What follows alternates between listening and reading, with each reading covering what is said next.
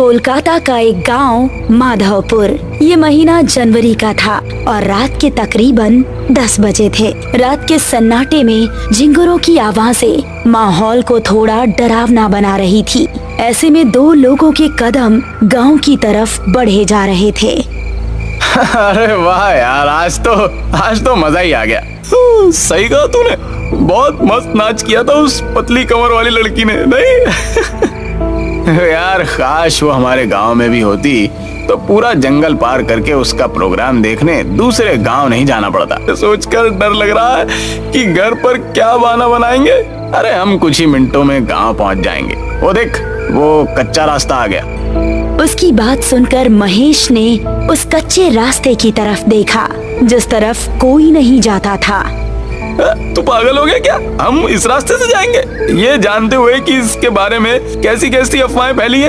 अरे तू भी ना महेश, खुद ही अपने मुंह से कह रहा है कि अफवाह फैली है और फिर डर भी रहा है। मेरी बात मान, इस रास्ते से चलते हैं। 5 मिनट के अंदर हम गांव में होंगे, वरना बड़े रास्ते से जाएंगे तो 1.5 घंटा लग जाएगा।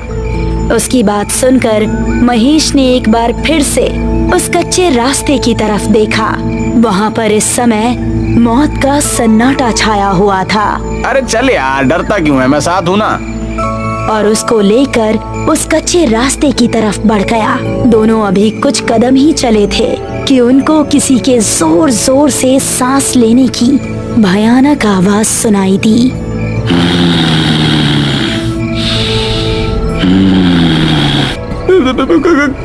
कौन है? अरे यार, डरता क्यों है, कोई कुत्ता ही होगा। रमेश अभी आगे चला ही जा रहा था कि तभी उस आवाज के साथ उसको किसी के कदमों की भी आहट सुनाई देने लगी। मैंने कहा था ना, यहाँ से जाना ठीक नहीं है। अबे तू मुझे भी डरा रहा।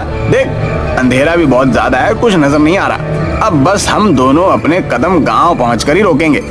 तभी महेश की आंखें फटी रह गई। उसको रमेश के ठीक पीछे 2 लाल चमकती आंखें नजर आ रही थी। तेरे पीछे? अबे कौन है मेरे पीछे?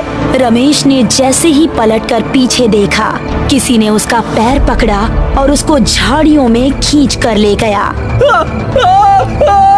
महेश, महेश बचाओ मुझे, महेश! वो बिजली की रफ्तार से रमेश की आंखों से ओझल हो गया। रमेश के डर का कोई ठिकाना नहीं रहा।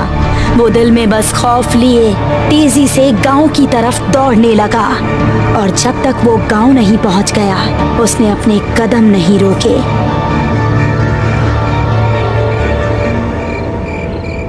अगली सुबह जब वो गांव के कुछ आदमियों के साथ उस कच्चे रास्ते की तरफ गया तो उसको रमेश की लाश 2 टुकड़ों में जमीन पर पड़ी मिली। रमेश! उसकी आंखों से आंसू बह रहे थे और इस तरह इस कच्चे रास्ते का खौफ माधवपुर में और ज्यादा बढ़ गया।